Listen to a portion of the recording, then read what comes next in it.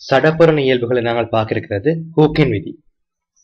ஹூக்கின் விதி என்ன சொல்லுதுண்டா, விகிதசம எல்லையினுள் நீட்சியானது சுமைக்கு நேர்வித சமம். விகிதசம எல்லையினுள் நீட்சியானது விசைக்கு நேர்வித சமம். இதுல இருந்து ஒரு சமன்பாடு பெறப்பட்டது F சமன் KE. இங்கு K என்பது மீளியல் ஒருமை, அதாவது விகிதசம எல்லையினுள் நீட்சியானது சுமைக்கு நேர்வித சமம்.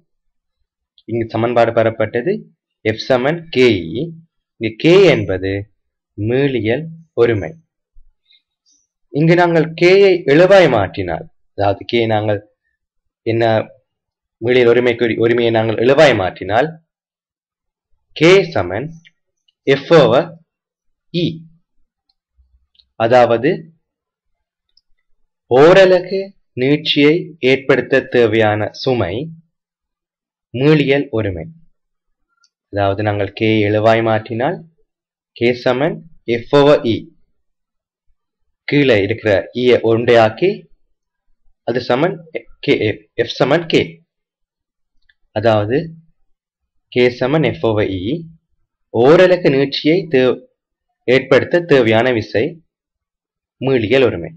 இந்த மீளியல் ஒருமையுடைய அலகு newton metre minus 1. F over E, F Newton, E meter minus meter. So Newton over meter as சமன் Newton meter minus 1. இங்கு K னுடைய பரிமாணங்கள் mt minus 2, அதாவது mt minus 2.